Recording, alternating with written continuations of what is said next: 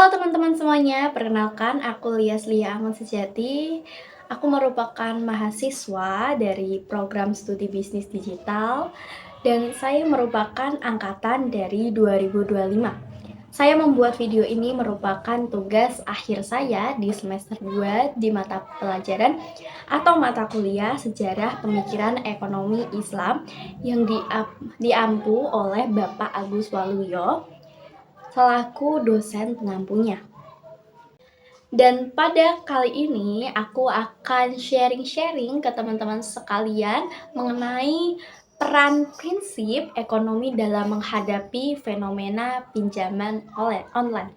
Atau dalam judul video ini itu mengapa sistem ekonomi syariah kita adalah solusi pinjaman yang berbasis di era digital gitu ya.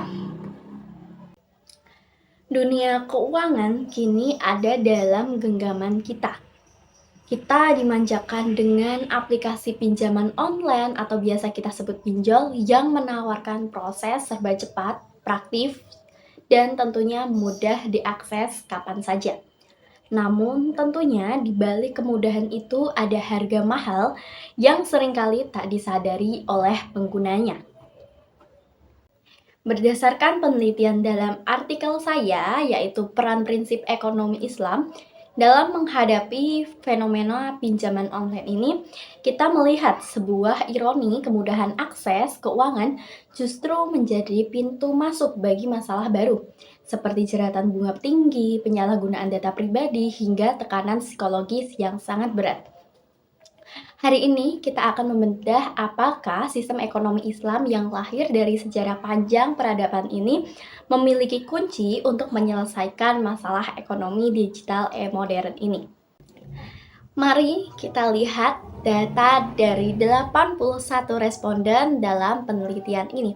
Hasil survei menunjukkan bahwa media sosial menjadi sumber informasi utama masyarakat mengenai pinjaman online.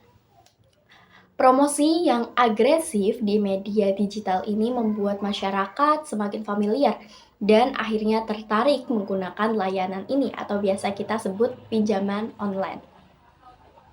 Faktor utama pendorongnya adalah kebutuhan ekonomi yang mendesak, persyaratan yang mudah, dan tentunya serta proses pencairan dana yang super cepat.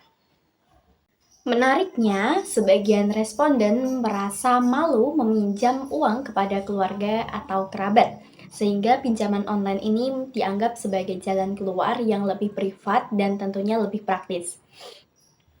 Namun, kenyataannya banyak dari mereka terjebak dalam gaya hidup konsumtif karena kurangnya literasi keuangan yang memadai. Setelah masuk ke dalam ekosistem pinjol, apa yang terjadi? Penelitian ini mencatat beban bunga yang tinggi dan denda yang mencekik sebagai dampak yang paling dominan yang dirasakan oleh masyarakat. Selain itu, kasus intimidasi, ancaman, hingga penyalahgunaan data pribadi menjadi ancaman nyata yang sering terjadi. Dalam kacamata ekonomi Islam, praktik bunga tinggi pada pinjaman online ini dikategorikan sebagai memiliki unsur riba. Jadi hukumnya itu haram. Islam secara tegas melarang riba karena dianggap merugikan salah satu pihak dan tentunya berpotensi menimbulkan ketimpangan sosial yang mendalam. Belajar dari sejarah peradaban Islam. Kita harus melihat ke belakang sistem ekonomi Islam sejak masa Rasulullah Shallallahu Alaihi Wasallam hingga dinasti Abbasiyah dibangun di atas fondasi yang berbeda jauh dari praktik pinjol modern. Sistem ini sangat menekan 3 pilar utama. Yang pertama keadilan, yang kedua perlindungan hak individu, dan yang ketiga itu solidaritas sosial.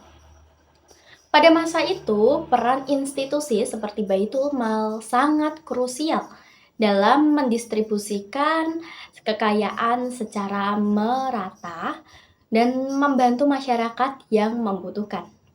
Prinsip ekonomi Islam tidak dirancang untuk mencari keuntungan dari kesempitan seseorang, melainkan untuk memastikan kemaslahatan bersama. Yang selanjutnya mari kita bahas tentang solusi sistem bagi hasil. Apakah prinsip-prinsip tersebut bisa diterapkan di era digital? Jawabannya adalah sangat-sangat bisa. Hasil penelitian ini menunjukkan bahwa mayoritas responden sepakat bahwa ekonomi Islam dan lembaga keuangan syariah dapat menjadi alternatif solusi. Kunci utamanya adalah sistem bagi hasil. Dalam ekonomi syariah ini sendiri, sistem ini dianggap jauh lebih adil dibandingkan sistem bunga.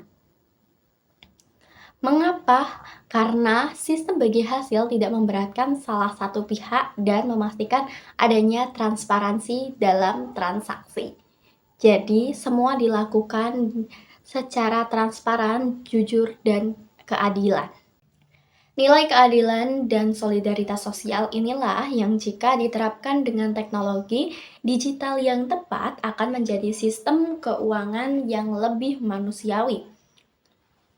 Karena sudah berjalannya waktu pada saat ini, maka kita langsung saja kembali ke kesimpulan dan penutupnya.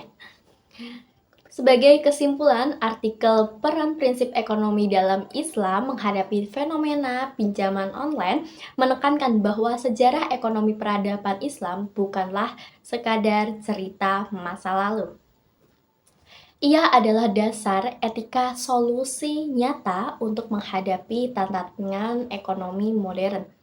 Mari kita tingkatkan literasi keuangan syariah agar tidak mudah terjebak dalam praktik keuangan yang tidak adil.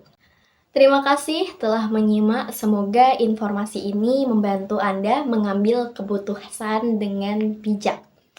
Sampai jumpa di pembahasan selanjutnya. Saya Liasli Anggun Sejati sebagai mahasiswa 2A Bisnis Digital. Mohon maaf sebesar-besarnya jika saya terdapat ada salah kata ataupun kata-kata yang kurang berkenan diucapkan oleh saya. Saya minta maaf untuk sebesar-besarnya. Saya undur diri. Wassalamualaikum warahmatullahi wabarakatuh.